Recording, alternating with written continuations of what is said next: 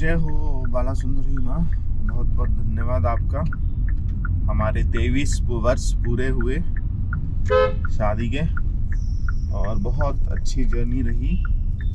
इसी तरह हमारे को आशीर्वाद देते रहना, हम इसी तरह तरक्की करते रहें, प्यार से रहें, खुशहाल रहें, जिसको मदद कर सके उसकी मदद कर सकें, इतना सक्षम बनाना माँ। हर सुबह की शुरुआत ऐसे ही होती है। ऑफिस जाने से पहले मैं अपनी लाइफ पार्टनर को उनकी कर्म भूमि तक छोड़ता हूँ। ऑफिस पहुँचते ही सबसे पहले बप्पा जी के दर्शन किए। उनकी उपस्थिति से पूरे ऑफिस में एक अलग ही सुखद और सकारात्मक ऊर्जा भर जाती है। और पूजा करने के बाद मैं आपको अपनी आगे की स्टोरी सुनाता हूँ। जॉब में आगे क्या हुआ सुनिए। अब क्या हुआ, जब वो मैनेजर ने मुझे समझा दिया कि भाई ऐसा नहीं होना चाहिए, ये चीज़ें नहीं आनी चाहिए लाइफ में, और अगर गलती करते हो तो उसको आपने एक्सेप्ट कर लिया, बहुत अच्छा किया। तो वहाँ से जब मैंने नई जॉब सर्च करना शुरू किया तो मेरा जो फ्रेंड था उसने मुझे अपने कंपनी में रिकमेंड किया और वहाँ मैंने इंटरव्यू दिया।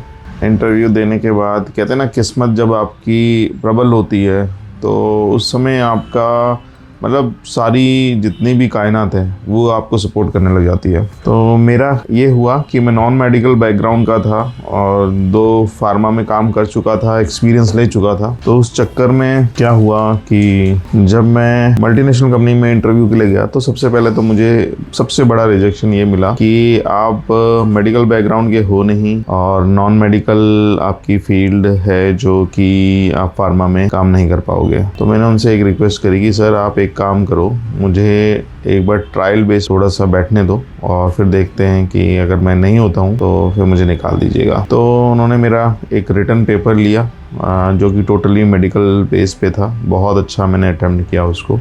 उसके बाद वो लोग हमें ना एक पेपर देते थे, कोई भी एक टॉपिक दे देते थे अपने बॉडी सिस्टम के बारे में, उसको हमें पढ़ना होता था और पूरे दिन में वो कभी भी उसके बारे में रिगार्डिंग कुछ भी क्वेश्चंस पुट आउट कर सकते थे। तो मुझे जब सुबह मिला, आई थिंक मुझे डाइजेशन सिस्टम का पूरा वो मिला था उस समय। मुझे ऐसा रिमेंबर है कि मुझे पूरा याद करना था कि किस तरह से खाना हमारे माउथ से, ईसोफेगस से होता हुआ हमारे स्टमक में जाता है, फिर स्मॉल इंटेस्टाइन, लार्ज इंटेस्टाइन कैसे काम करते हैं, कौन डाइजेस्टिव एंजाइम्स काम करते हैं और कौन कौन से जूस कौन कौन से बॉडी का पार्ट सिक्रीट करता है। तो स्कूल टाइम में 10th तक तो वो पढ़ा था, तो उसके कारण थोड़ा मुझे हेल्प मिली। तो मैंने वो उनको इवनिंग में मेरे टाइम आया तो मैंने उनको सुना दिया, लेकिन उन्होंने मुझे फर्स्ट अटेम्प्ट में तो रिजेक्ट कर दिया, मना कर दिया कि तुम सिलेक्ट नहीं हुए हो तो तुम जा सकते हो घर। तो मैं दिल्ली में नया फर्स्ट टाइम गया था तो उस समय मेरे को ध्यान नहीं है, दिल्ली इतनी ज़्यादा मैं थोड़ा सा देखा नहीं था। तो मेरा जो इंटरव्यू हुआ था वो दिल्ली में एक जगह है बंगला साहिब गुरुद्वारा, उसके पास एक बिल्डिंग है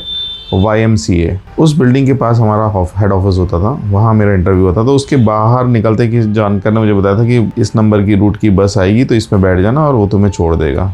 तो मैं गलत बस स्टॉप पे बाहर जाके ऑफिस के सामने खड़ा हो गया और काफ़ी देर तक वेट करता रहा, नहीं आई, बस नहीं आई। 1 घंटा बीत गया। उसके बाद एक लड़का भागा आता, अरे सुरेंद्र तू कहाँ जा रहा है, जल्दी आ, तेरे को बुला रहे हैं, तेरा सिलेक्शन हो गया। मैंने कहा हैं, ऐसे कैसे हो सकता है, मुझे तो रिजेक्ट कर दिया था उन्होंने। तो उन्होंने कहा नहीं तू जल्दी आ, तेरे को बुला रहे हैं। मैंने कहा ठीक है चलता हूँ। मैं गया तो उन्होंने मेरे फर्स्ट राउंड में क्लियर कर दिया था एंड सेकेंड राउंड जो कि मेन इंटरव्यू था HR के साथ, वहाँ पे जाके मेरा इंटरव्यू हुआ। HR ने मेरा इंटरव्यू लिया, वो भी बहुत अच्छा गया। और उधर से फिर मेरे को 45 डेज़ की ट्रेनिंग के लिए फिर से मुंबई भेज दिया गया और एक बार फिर से मैं मुंबई पहुँचा। वही सेम होटल जिसमें मैंने पहले कंपनी में ट्रेनिंग ली थी, उसी होटल में मेरा स्टे था, उसी में सारी अरेंजमेंट्स करी थी। तो वहाँ पे बैठ के हमने फिर ट्रेनिंग अटेंड करी। वो दिन था, उसके बाद मैंने लगभग 12-13 साल तक कभी भी पीछे मुड़ के नहीं देखा। आसपास की टेरिटरी थी, मतलब आप ये मान लो राजस्थान से मैं लगभग MP के बॉर्डर और उधर गुजरात के बॉर्डर तक काम करता था। इतना लंबा एरिया होता था और बाइक में 100 किलोमीटर में ड्राइव करके जाता था एक साइड के लिए। कभी कभी बसेस में जाते थे कभी। तो इस बीच क्या है, बहुत सारी ऐसी सिचुएशंस होती थी जिसमें मुझे बहुत दिक्कतों का सामना करना पड़ता था। और हमारे साथ एक माइक्रो की मैडम हुआ करती थी पटना से, भाई क्या शिद्दत, उनसे जो चीज़ मैंने सीखी ना कि रेपुटेशन क्या होती है डॉक्टर के चैम्बर में, किस तरीके, वो जो सेल्स का फंडा उन्होंने मुझे सिखाया वो मैंने भी अपनाया लाइफ में। क्योंकि रिलेशन ही सब कुछ काम करता है। आप भले ही कोई बैनर से जा रहे हो, किसी से भी जा रहे हो, अगर आपका रिलेशन नहीं है ना तो आप सर्वाइव नहीं कर सकते कॉर्पोरेट जगत में, इस तरह फार्मा इंडस्ट्री में स्पेशली। तो मैं ये देखता था कि जब वो हमारे साथ काम करने जाती थी ना, तो वो क्या है डॉक्टर्स के चैम्बर में, और सर कैसे हैं, भाभी जी कैसी हैं, और अगर हम उनके घर पे विज़िट कर रहे थे तो भाभी जी के साथ जाके किचन में चाय बना के ले आती थी। तो उससे हमें भी फ़ायदा मिलता था और सीखने को बहुत कुछ मिलता था। आज भी मैं उनको याद करता हूँ बहुत, और अभी वो बहुत अच्छी एक बिजनेस ओनर है गुजरात में, अहमदाबाद में। हम लोग रात को लगभग 3:30 बजे वर्किंग पे निकलते थे, सुबह उठते थे, और क्योंकि हमें 4-5 घंटे का एरिया कवर करना होता था, तो इस बीच क्या है, हम जितनी भी बीच में टेरिटरीज आती थी उनमें सारे डॉक्टर से मिलते हुए, एंड नीमच, बागीदौरा, कलिंजरा, ये गुजरात के और एमपी के बॉर्डर्स वहाँ पे जो थे वहाँ तक हम लोग कवर करते थे। तो बहुत मेहनत करी है, ऐसा नहीं है कि लाइफ में हमने सिर्फ हर चीज़ जो अचीव करी आराम से अचीव कर ली। हिम्मत काफ़ी करी, मेहनत काफ़ी करी, तब जाके जो स्टेज हमें मिला वो मिला। और आगे आने वाली चीज़ें बहुत इंटरेस्टिंग है, वो भी मैं आपको सुनाऊंगा किस तरीके से लाइफ में क्या टर्न आता है, किस तरह से मुझे अपनी एमएनसी की जॉब को क्विट करना पड़ा है। बहुत सारी इंटरेस्टिंग चीज़ें, पर उससे पहले एक चीज़ रिक्वेस्ट करूंगा, प्लीज़ फॉलो ज़रूर कर लेना, क्योंकि जो भी स्टोरी और जो अपनी हकीकत सुना रहा हूँ वो आपको तभी मिलेगी अगर आप मुझे फॉलो करते हो, और जैसा हम अपनी दिनचर्या जीते हैं वैसे ही चलती रहेगी। सो ऑफिस का काम निपटा के अब निकल रहे हैं घर की तरफ। देहरादून में तो अब गर्मी का माहौल बन गया है, बर्फबारी जितनी होनी थी हो गई। अब मुश्किल लग रहा है कि कोई बर्फबारी होगी, क्योंकि जिस हिसाब से टेम्परेचर बढ़ रहा है ना, उस हिसाब से लगता नहीं है कि बर्फबारी का पता नहीं है। रेस्टोरेंट वाला जो बंदा था वो पेमेंट नहीं दे रहा अभी भी, अब नाटक करने लग गया लड़का जिसको मैंने अपना रेस्टोरेंट बेचा था। सो दोस्तों, आपको एक चीज़ और बताता हूँ कि डीआईटी कॉलेज के पास मैंने एक रेस्टोरेंट रेंटल प्रॉपर्टी ली थी, जो मैंने लगभग 1-1.25 साल तक रन करी थी। बट बिकॉज ऑफ कि जो एम्प्लॉयज़ थे, कुक था, वो मेरा मैनेज नहीं कर पाया, तो दैट्स वाई मुझे उसको वाइंड अप करना पड़ा। और पड़ोस में एक दुकान है, उस बंदे को मैंने अपनी शॉप के जितना भी सामान था वो और इंक्लूडिंग शॉप दोनों उसी ने ले लिया था।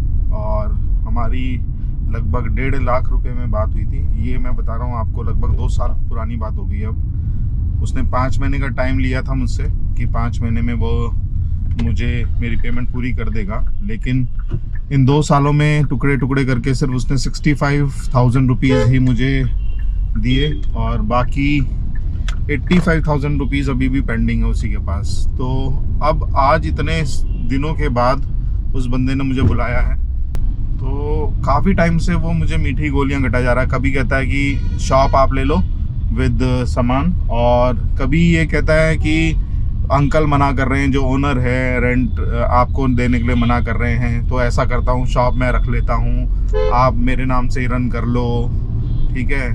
कभी कहता है पैसे आज परसों दे दूंगा, पूरे पैसे ले लो। अब सबसे बड़ी दिक्कत मेरे साथ ये हुई थी कि मैंने बिना लिखा पढ़त करे विश्वास पे उस बंदे के अपनी शॉप दे दी थी। तो चलिए पहुंचते हैं, शॉप दिखाता हूँ मैं आपको। बहुत अच्छी लोकेशन पे थी शॉप, और अभी भी है, ऐसा नहीं है। तो आप देखिएगा कि वो शॉप कौन सी लोकेशन पे है। मसूरी रोड पे। बंदा अभी तक आया नहीं है। सो देखिए, ये कैफ़े था। अब ये भाई ने ना तो ये मुझे दे रहा है, ना ये इसको खोल रहा है, और ना ही पैसे दे रहा है। जैसे मैंने बेवकूफ़ी करी है, आप मत करना। किसी के देहरादून में तो किसी पे विश्वास करना ही बेवकूफ़ी है। अगर आप मजबूरी में किसी को हेल्प कर रहे हो तो भी आपकी दिक्कत है। मैंने एक बंदे को हेल्प भी करी थी, उसकी मदर बीमार थी, उसको भी पैसे दिए थे, उसके पैसे भी आज तक वापस नहीं आए। और ये भाई को शॉप दी थी, सामान दिया था पूरा, इस भाई के भी पैसे नहीं आए। अब 10 मिनट का बोल के अभी तक इतने देर हो गई है, अब तक नहीं आया भाई। जिसको लेना होता है ना वो परेशान होता है बेचारा, जिसको देना होता है पता नहीं क्या। ये नॉर्मल कॉल नहीं उठा रहा, ये दूसरी वाली व्हाट्सएप कॉल उठा रहा है। इसको डर है कि कहीं मैं रिकॉर्डिंग ना कर लूं। आ जा यार भाई, मेरे को भी जाना है वापस फिर। हाँ, मालसी पहुंच गया। मालसी आ जा। सो भाइयों, जो गलती मैंने करी है वो आप मत करिएगा। किसी पे विश्वास करके कुछ भी बिना लिखा पढ़त करे कुछ मत देना, क्योंकि चाहे कितना भी खासम खास बंदा क्यों ना हो, आप ही फंसते हो हमेशा। सो फाइनली इतने इंतज़ार के बाद भाई शॉप पे पहुंचा और हम दोनों का डिस्कशन ये चल रहा था कि कोई लेडी शॉप को ओन करना चाह रही थी विद फर्नीचर, तो हम ये उसको दे देते हैं और मेरे जो पैसे बनते हैं वो इसको बेचकर मुझे दे देगा। तो I hope for the best कि मुझे इस बार शायद से मेरी पेमेंट मिल जाएगी।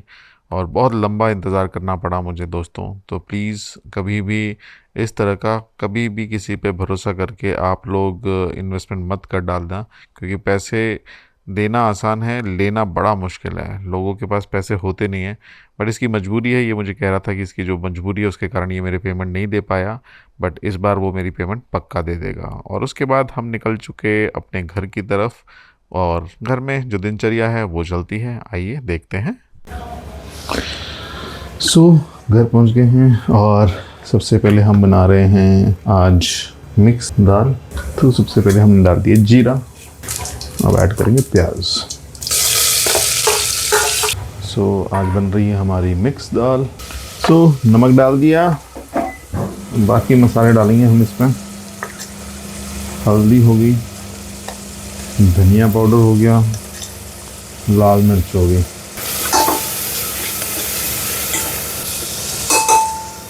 फिर ढक्कन लगा के छोड़ देते हैं ताकि टमाटर अच्छी तरह से गल जाएं।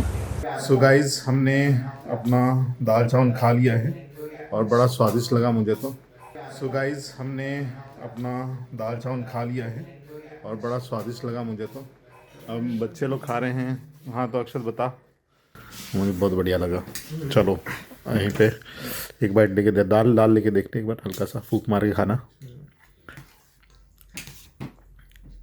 ऊपर एक प्याज रखना जरूरी होता है क्या? बिना प्याज के वो पेट में नहीं जाती क्या? है ना? पास हो गया भाई। चलो ओके। अब मैं जाऊंगा अपने ऑफिस और फिर शाम का काम निपटा के बाद में घर आएंगे। सो फाइनली दोस्तों, मैं निकल चुका हूँ इवनिंग आवर्स में अपने ऑफिस की तरफ फिर से। और आई होप आज का ब्लॉग आपको पसंद आया होगा। अगर पसंद आया है तो प्लीज़ चैनल को लाइक कीजिएगा, शेयर कीजिएगा और सब्सक्राइब का बटन ज़रूर दबाइएगा। फिर मिलते हैं नेक्स्ट ब्लॉग में कुछ नई चीज़ों के साथ आपको। तब तक शब्बा खैर, bye bye, tata, see you.